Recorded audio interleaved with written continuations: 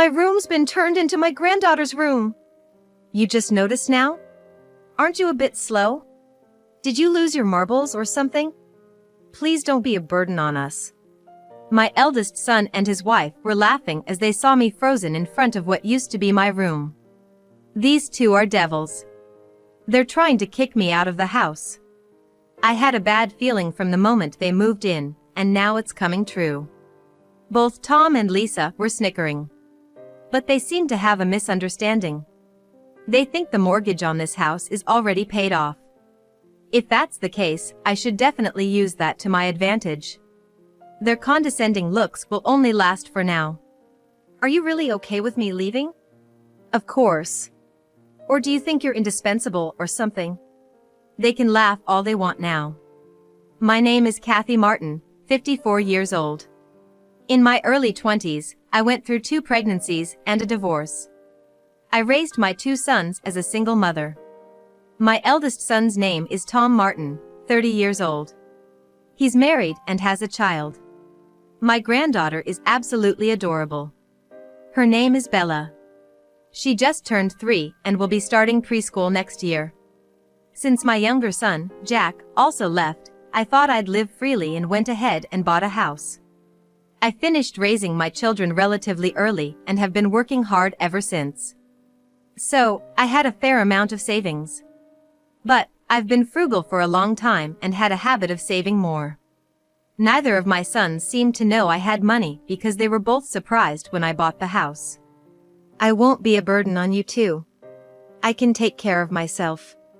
Yet Tom told me, Mom, I have my own family now, and I can't look after you. Considering your age, can you take it easy? Don't cause any trouble for us, okay? Are these the words of the son I worked so hard to raise? Instead of feeling sad, I was more annoyed at that moment. I won't be a burden. I'm still young, you know. Young? Well, I'm hands off then. Just so you know. Yeah. I bet Tom is trying to warn me in advance not to expect any help if I become senile or ill. I vowed to keep both my body and mind healthy. I don't want someone who says such things to care for me. Ever since he was young, Tom wasn't exactly the nicest. Jack was the quiet type, didn't say much. He was harmless, but sometimes I worried about him. Maybe I paid too much attention to Jack, and that's why Tom became so troublesome. It was cute when he was a child, but it's pathetic for him to make such remarks as an adult. I'm surprised he even got married. I was almost in tears when he first told me he found someone he wanted to marry. I was so happy that someone was willing to marry my son. I remember the first time Tom brought his wife home. Nice to meet you. I'm Lisa. Lisa had been looking all around the house even before she greeted. Back then, I was living in a small apartment. It was old, but I kept it clean and thought it was fine, but Lisa's opinion was different. Really, just as you said, a rundown place. I couldn't believe my ears. We were about to become family, and I was shocked she would say such a thing. However, Tom just laughed and didn't chastise her. Didn't I tell you? Let's just finish the greetings and head on out. Hold on a minute. I've prepared a meal. No way. I can't eat in such a dirty place. We only came here because Mom wanted to at least greet you, Tom said. We aren't gonna eat. With that, they left. I cried as I ate the remaining feast by myself. I felt so empty and frustrated. I didn't understand how someone could act that way upon first meeting their mother-in-law. I could only feel anger towards Tom for not stopping her. After the wedding, Tom and Lisa suddenly disappeared. I assumed they were enjoying their own lives. I didn't want to meet Lisa again after that first impression, so it was a relief. Then one day, I got news that a baby was born. This made me truly happy. It was my first grandchild. When I rushed to the hospital and held the baby, I felt joy. Even if it was just a short while, it was a happy moment. I had often heard that grandchildren are special, and it was indeed true. The baby was apparently named Bella. Bella dear. I felt like she responded a bit when I called her name. I need to live long to see Bella grow up. I remember making that resolution in my heart. However, it wasn't easy to get to meet her. Even though I was prepared to some extent, the reality of not being able to see her was saddening. Hearing that Lisa's parents got to meet her made it even more painful. Is it that the daughter-in-law's parents often get more chances to meet their grandchildren? Or perhaps it's just that our relationship with our eldest son is weak. But I at least wanted to see her once a year. With a glimmer of hope, I called. "We're going out today, so please don't come." "Then, when can I see her?" "It's been a year already. Bella's grandma is just Lisa's mom. You don't need to see her." "How could you say that?" That's when I truly felt lonely for the first time. Luckily, I had work, and my colleagues listened to my story. Everyone sympathized, saying, "That's too cruel." One colleague suggested, "Since you're alone now, why not do something you've always wanted and forget about such a family?" That might be a good idea. At first, I pondered what to do and found myself restless alone at home. Then, I saw a feature on TV about people who moved to nature-rich places and were living refreshing lives. I thought this was it. I switched to working completely remotely and bought a house in the suburbs. I informed my sons about the move. Soon after, Tom's wife, Lisa, seemed interested and showed up with Bella, their daughter. I was thrilled with the surprise visit from my granddaughter. Changing my environment seemed to have instantly brought about something good. "This place would be good for Bella's upbringing," Lisa said, looking around my home. I felt something off about her comment. From that moment, Lisa started dropping by often, asking me to look after Bella. "You must be happy seeing your granddaughter, aren't ya?" "Yeah, but isn't it a bit too often?" "You always said you wanted to spend more time with her. I'm making that wish come true, and now you're complaining?" Tom and Lisa acted as if leaving their child with me was for my benefit. What was initially babysitting a few times a week turned into an everyday responsibility. I had been looking forward to enjoying some alone time, but now I couldn't get anything done. I was losing sleep, juggling between work and babysitting. "Hey, Bella's here again today." "Lisa, I mentioned it yesterday, but I'm feeling a bit under the weather." "What?" "I've got plans with my friends today. It's too late to cancel now." "Sorry, but can you take Bella with you? I'm sure your friends will understand." "How can you be so irresponsible?" I wanted to retort, asking who was the real irresponsible one, dumping their child on me every day. But I was too sick to argue. In the end, she left Bella with me that day and went out, not returning even after 10 p.m. Bella, still at an age where she doesn't fully listen, was a handful. It was really tough. She finally came to pick Bella up just before midnight. Taking advantage of my silence, she began frequently picking up Bella in the middle of the night. At times, she even left Bella overnight. "Tom, can you talk to Lisa?" "What? Why? You were happy about it, weren't ya?" "How can I babysit every day? I'm working too." "Geez, you're so selfish. You wanted this." I couldn't recall ever wanting daily babysitting duties. It was a mystery. And then the unexpected happened. Without warning, movers showed up at my doorstep, unloading tons of boxes. "Wait a minute! What's going on? I didn't hear anything about a move." "Well, I was worried about you, and I thought it would be nice if Bella lived with you, so we decided to move in." To my shock, my eldest son's family was moving in. The audacity of his statement was just staggering. I firmly refused to live together, but to avoid troubling the movers, I decided to discuss it after they were done. "We can't fit 4 people here." "It'll be fine. With a place this big, there won't be any problems. Plus, I really like it here," Lisa stated nonchalantly, sprawling on the couch as if she owned the place. Bella stepped between Lisa and me, gazing up at us. That made it hard to argue further.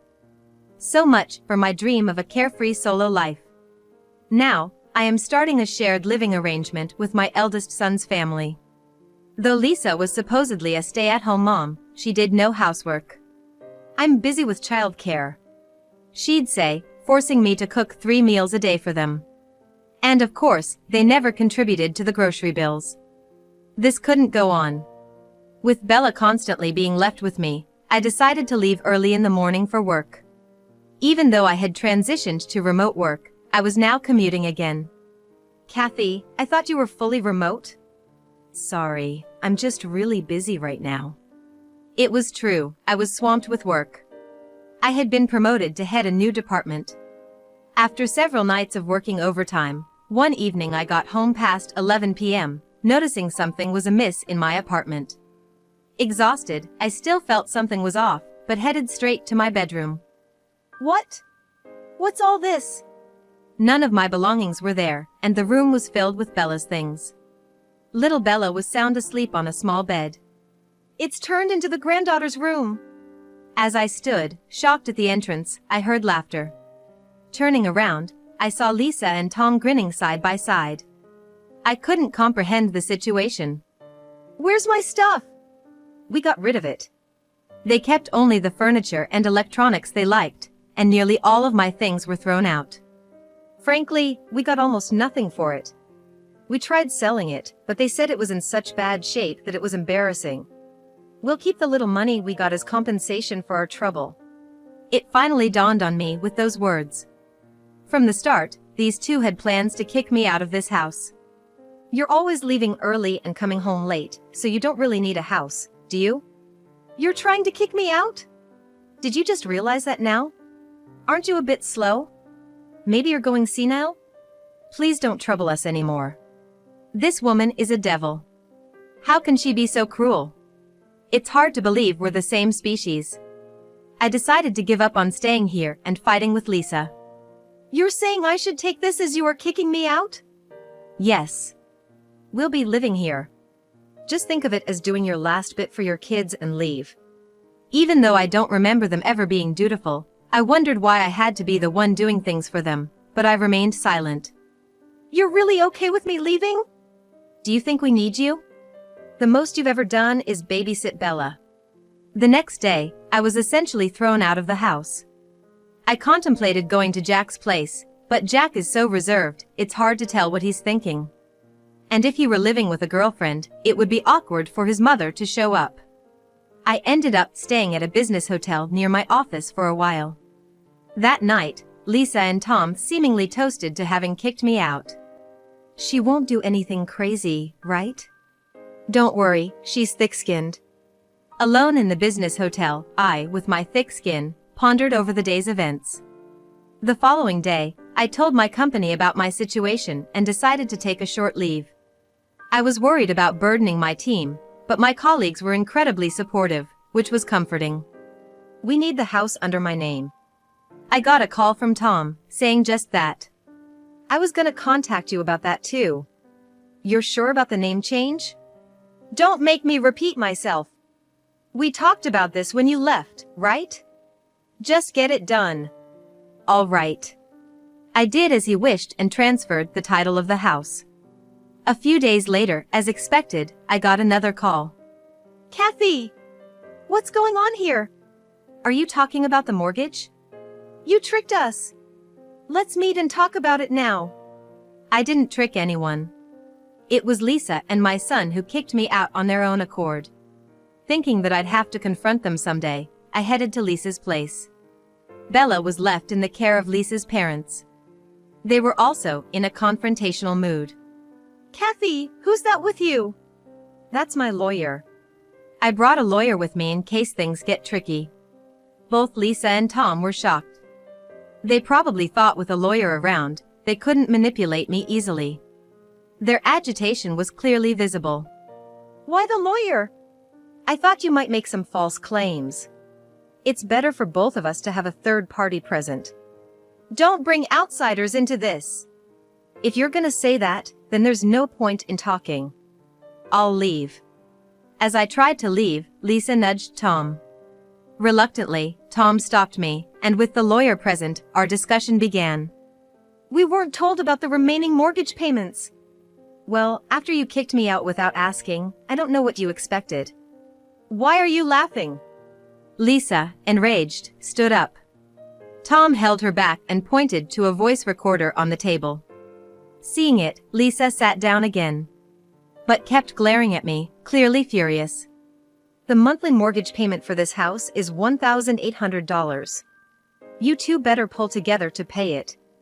$1,800? Mom, how do you have so much money?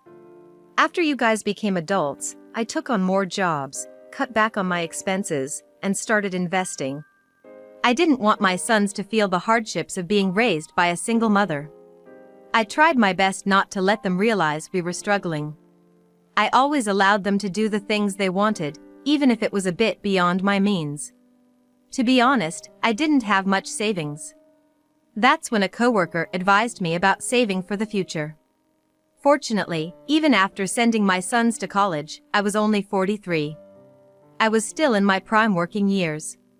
So, I took on side gigs and doubled my efforts to save money. Once I saved a substantial amount, I invested it. After 10 years, I'd saved quite a lot. After my sons left, I decided to use the money I'd earned for myself. So, I boldly took out a mortgage and bought a house, only for it to be taken from me. The deed's already been changed. Now you'll have to pay the remaining mortgage. You took it upon yourselves to take the house, so you deal with the consequences. That's not fair. Lisa's face turned red with anger. That's when the lawyer clarified that I had no obligation to pay. He also mentioned that disposing of someone else's property is a crime, and if they continued to force me to pay a mortgage for a house I wasn't living in, we could take them to court. Tom and Lisa, not well versed in the law, started to panic. Clearly, they didn't want a lawsuit. Okay, we'll handle the mortgage. Just don't sue us. Glad you understand. Lisa made a face, looking frustrated. After all this, you're not our mother anymore. Never show your face to us again. Tom, furious, lashed out at me. He hadn't really met me much since he moved out. After all the unpleasant experiences and him kicking me out, I felt nothing for him anymore. Knowing I wouldn't have to see him again felt liberating. I don't want to see your faces either. Works out perfectly. Telling them that, Tom looked shocked. He probably never imagined his own mother would ever give up on him. This isn't how it was supposed to be. As I was leaving the front door, I heard Tom's voice like that. Months later, Lisa called to apologize.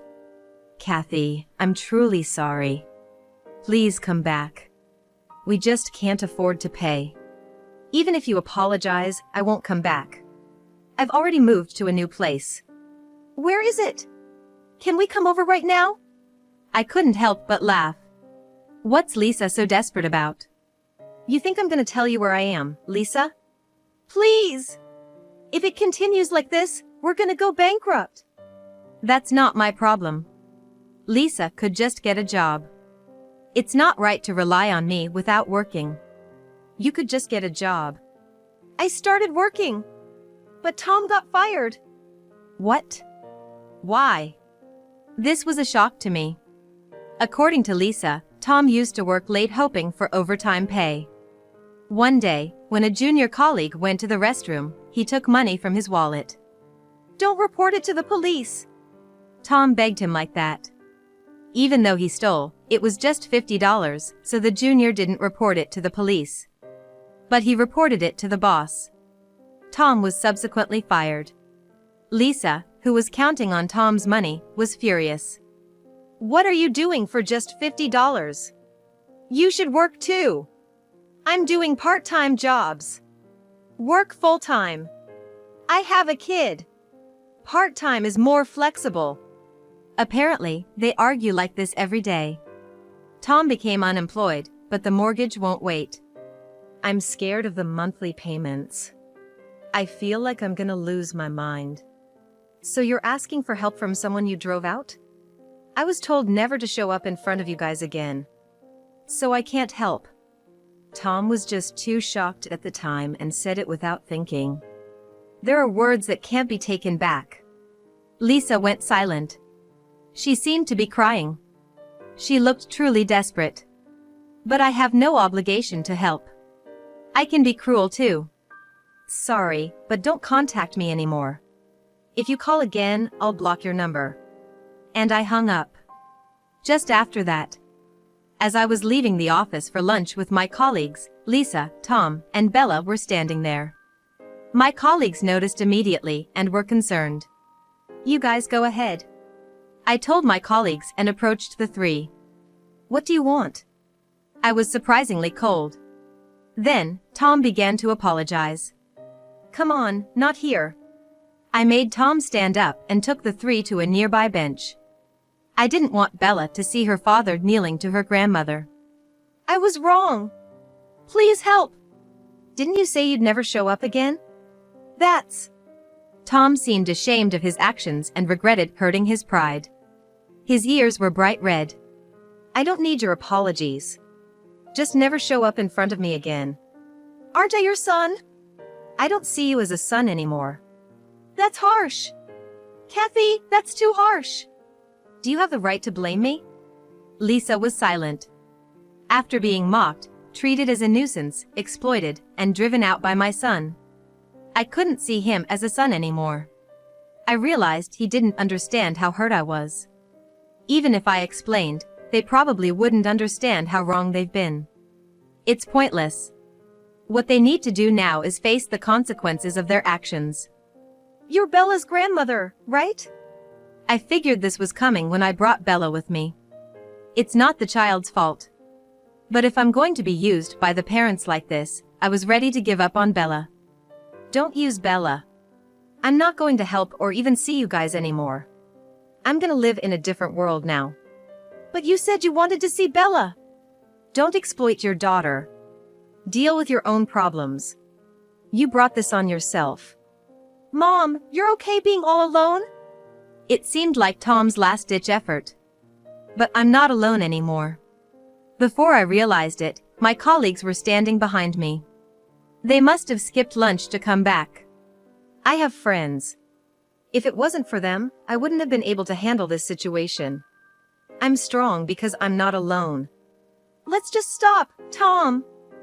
I'm embarrassed. Tom looked defeated and deflated. Lisa took Bella's hand and left, leaving Tom behind.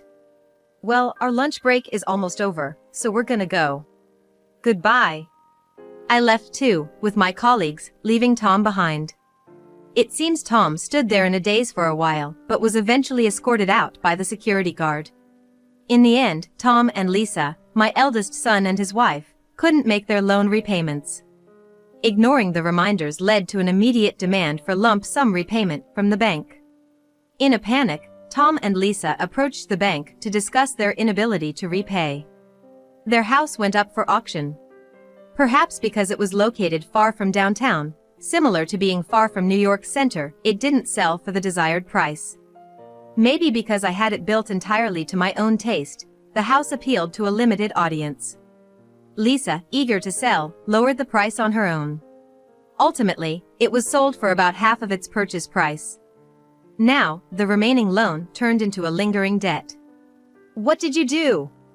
You didn't even discuss it with me. Well, I thought it was better to sell it quickly. Why do you always act without thinking? That's why I can't stand people who don't have a job. What? I'm taking care of our child. If you'd help out once in a while, I'd work too. Eventually, they ended up with a massive debt and lost their home. Their credit cards were maxed out and they couldn't get new ones.